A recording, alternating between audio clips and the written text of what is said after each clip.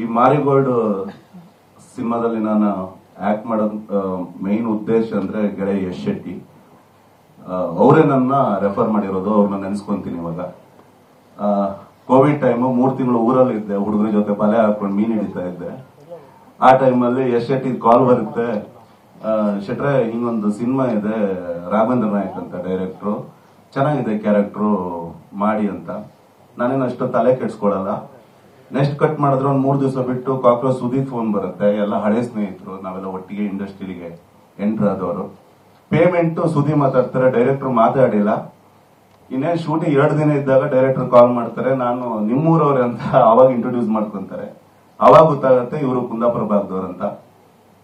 ಅಂದಿಂದ ಇಲ್ಲಿವರೆಗೂ ಅದೇ ಸ್ನೇಹ.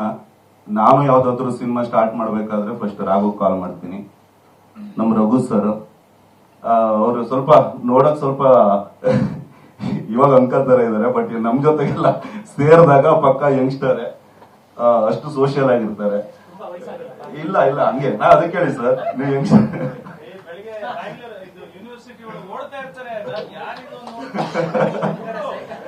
ಸರ್ ಇಲ್ಲ ಸಿಕ್ದಾಗೆಲ್ಲ ಅದು ಅಷ್ಟೇ ಎನರ್ಜೆಟಿಕ್, ನಮ್ ಜೊತೆ ಅಷ್ಟು ನೀಟಾಗಿ ಮಿಂಗಲ್ ಆಗ್ತಾರೆ.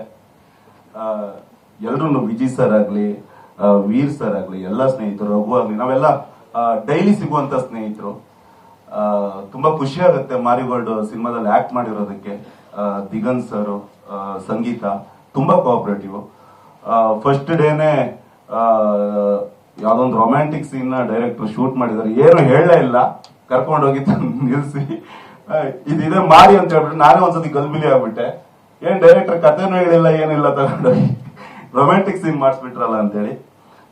ಅಷ್ಟು ಚೆನ್ನಾಗಿ ಬಂದಿದೆ ಸಿನಿಮಾ ಕೂಡ. ನಾನು ಸಿನಿಮಾ ನೋಡಿದೆ. ನಿಮ್ಮೆಲ್ಲರೂ ಸಪೋರ್ಟ್ ಇರ್ಲಿ ಹೀಗೆ. Thank you so much.